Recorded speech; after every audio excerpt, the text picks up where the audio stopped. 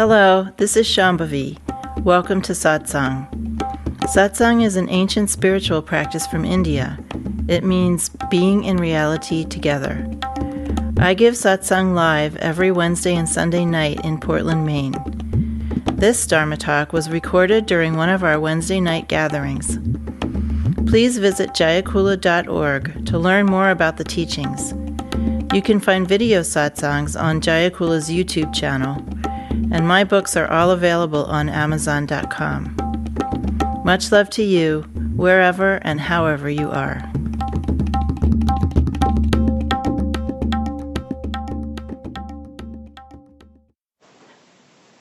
Ma said, you can't take refuge in fear. You cannot find fearlessness there. The number one way that people take refuge in fear is by thinking that I'll wait till I'm not afraid anymore before making a move or trying something new. That's taking refuge in fear. You're just hanging out in your fear, hoping it'll go away, and then not doing the things that you want to do because you're afraid.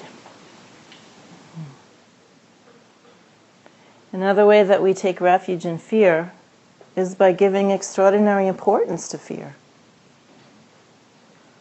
We love to talk about our problems in this culture.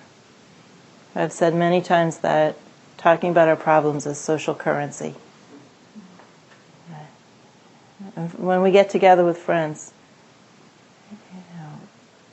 a lot of people, their idea of a good evening is sitting around talking about problems.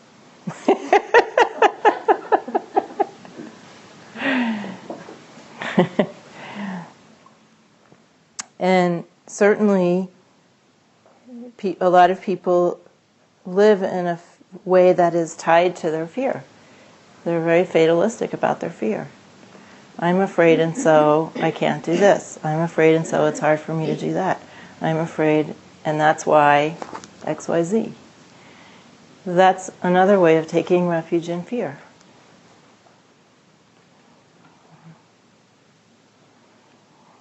We also take refuge in fear in a way that doesn't look fearful. So some people take refuge in fear by being very, very aggressive.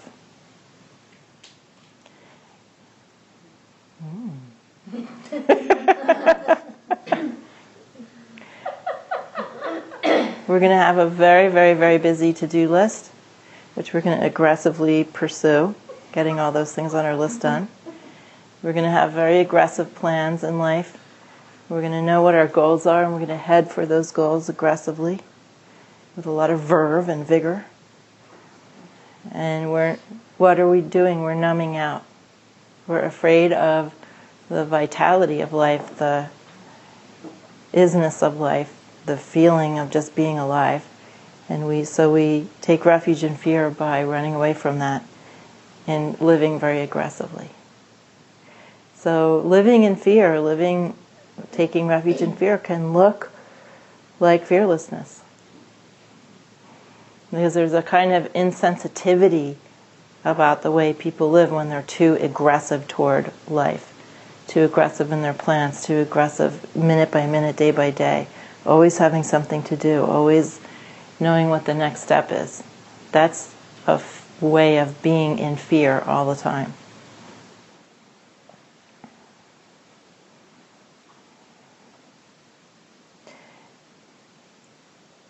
It's just struck me more and more how extraordinarily afraid people are.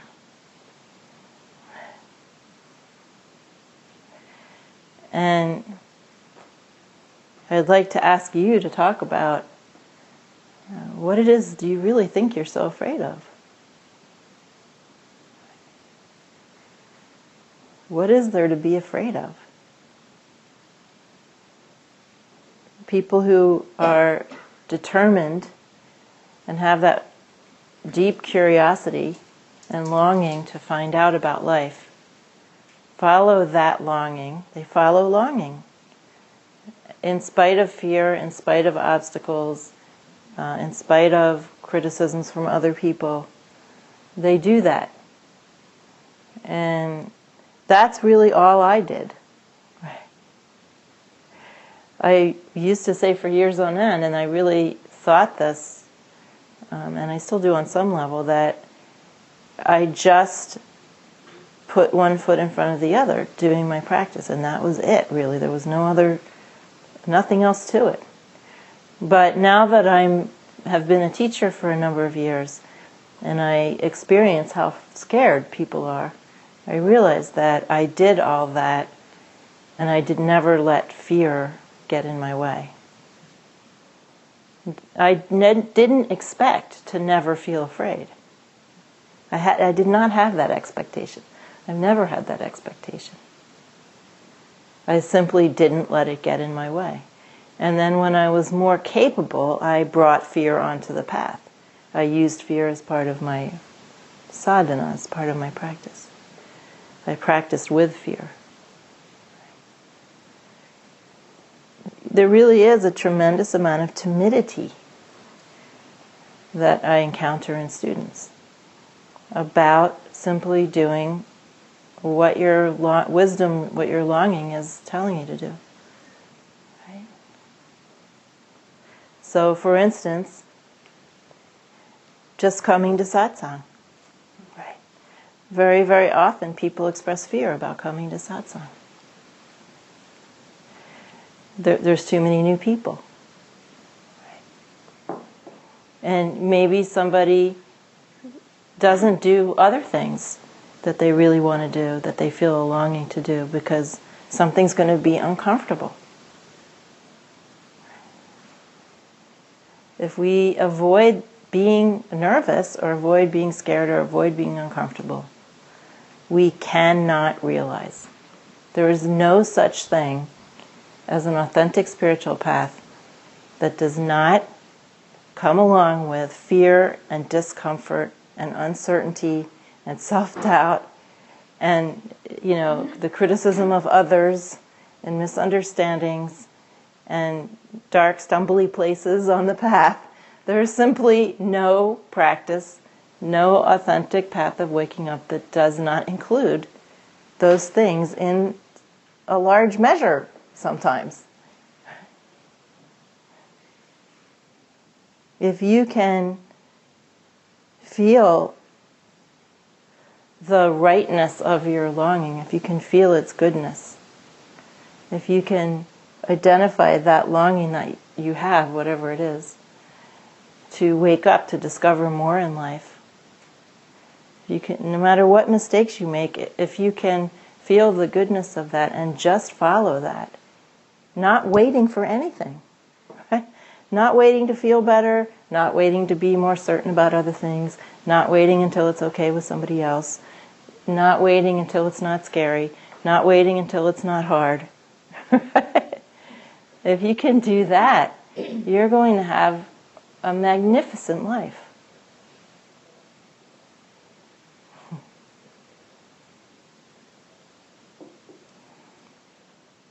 But anytime you take refuge in fear, then you are living in what's called an adharmic way. Right? You're living in a way that reinforces your limitations. So I guess the title of this talk is What's Wrong with Fear? It's not terrible to be afraid. But don't take refuge in it. Don't expect not to be afraid. Don't wait to not be afraid. Don't let fear stop you from living the life that you really want to live. Otherwise, the only thing that will have happened, the only fruit of that practice, is that you won't have lived the life you want to live. There is no other fruit of taking refuge in fear. Ma said, take refuge in me.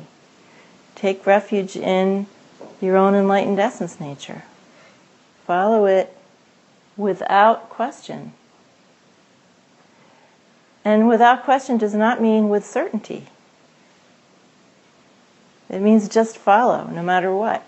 When you hear that heart of wisdom speaking to you, follow it. You may have doubts swirling around it. You may feel scared. You may even be terrified. You may face the loss of friends at different points. Those things happen. But if you don't do it, you're not going to live the life you want to live. You will not be taking advantage of what is called in the tradition your adhikara, your capacity. So adhikara is the karmic and non-karmic capacities that you come into any particular lifetime with. Adhikara. Bhumikara is what you do with that. So you may have wisdom, you may have inklings of what type of life it is that you want to be leading. You may encounter teachings, you may encounter a teacher, you may have many things offered to you and many messages given to you by your own wisdom heart. But if you don't follow them, then you have very low what's called bhumikara. So bhumikara is what you do with adhikara. And you have opportunities all the time. The only thing that taking refuge in fear does is cause you to miss those opportunities. It causes you to not be able to work with the capacities that you have and the opportunities that arise. What do you have to lose following your deepest longing? What do you have to lose? Only the things that you need to lose. You don't have nothing to lose. You have a lot to lose. But they're the things you should lose.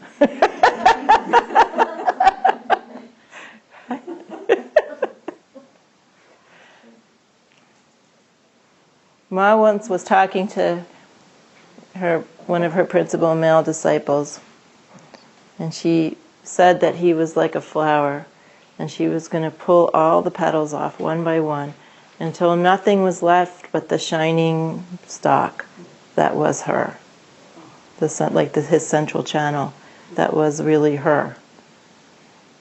And so she was going to take everything away except for that enlightened essence nature. That doesn't mean taking away your house and your car. You're not going to be wandering around in a loincloth, begging, right? That's not what I'm talking about. You have to lose your self-concepts. You have to lose your fear. You have to lose your experience of separation. You will have to lose some people. You may lose some things that you cherished about yourself that fall by the wayside. That's happened to me many, many times. Cherished identities. But whatever you lose, whatever it is, if you are following that wisdom heart toward waking up, everything that you lose is totally exactly what you needed to lose. And you should not worry about those things. Right? You can't do a spiritual path of waking up if you aren't willing to lose things. And if you aren't willing to be afraid and uncomfortable. Somebody once said to me, a student, that he couldn't do spiritual practice consistently. He had this problem for the couple of years that he was coming around. And he said he didn't want to change anything about his life in order to be able to do practice. He only wanted to add things. He didn't want to subtract anything. So consequently, he just didn't do practice. Yeah. We have to be willing to let the things fall away that need to fall away. When you're doing practice and you feel something is going, just let it go. You don't have to push anything away. You don't have to renounce anything. Everything falls away naturally. And your fear may be there. We're all afraid at times, sometimes tremendously afraid. Things happen in your body and your energy and your mind that are scary when you're doing practice sometimes. There's a lot of transformation happening. And sometimes it's like heart-pounding fear, not just a little anxiety. Or worrying about, what Aunt Emma is going to be thinking of you. Sometimes it's really fearful, really actual fear, not just worry. And that's just part of it. Because your whole sense of self is going to change. So keep the focus on what it is that you really want and go for it,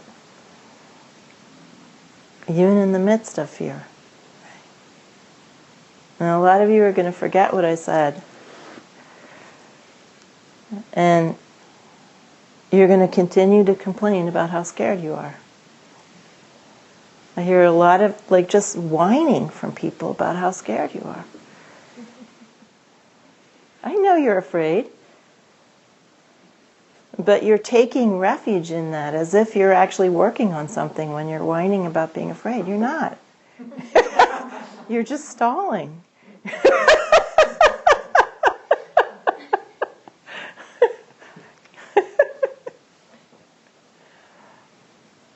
Everybody is afraid at different points, and some of us more than others. And, one good answer in the face of your fear is, so what?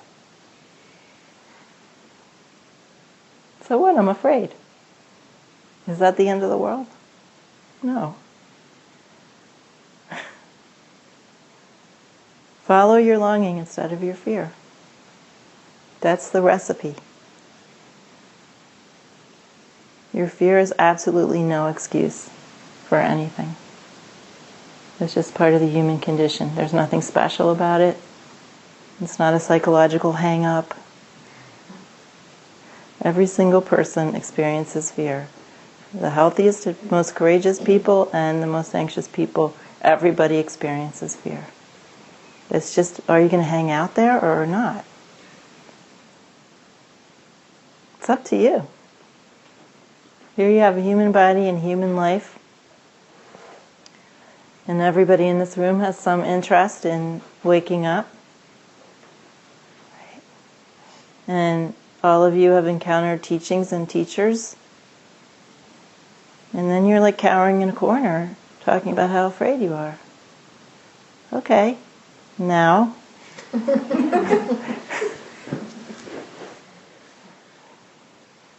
And part of it is our psychologized culture. We're taught to give so much weight to how we feel about things. It's so limiting. Is it really that important that you're afraid? No. What's important is if you listen to your own wisdom and longing and follow it. So step out of that psychological way of relating to yourself. It's just not important, every little thing that you feel.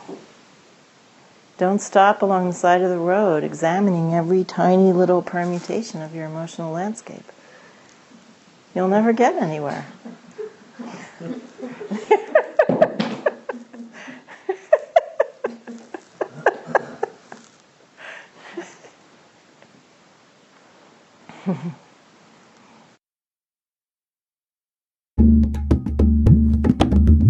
Jayakula is a nonprofit community offering opportunities to learn and practice in the direct realization traditions of Trika Shaivism and Dzogchen. We are based in Portland, Maine and Portland, Oregon. Visit jayakula.org to explore more of our offerings.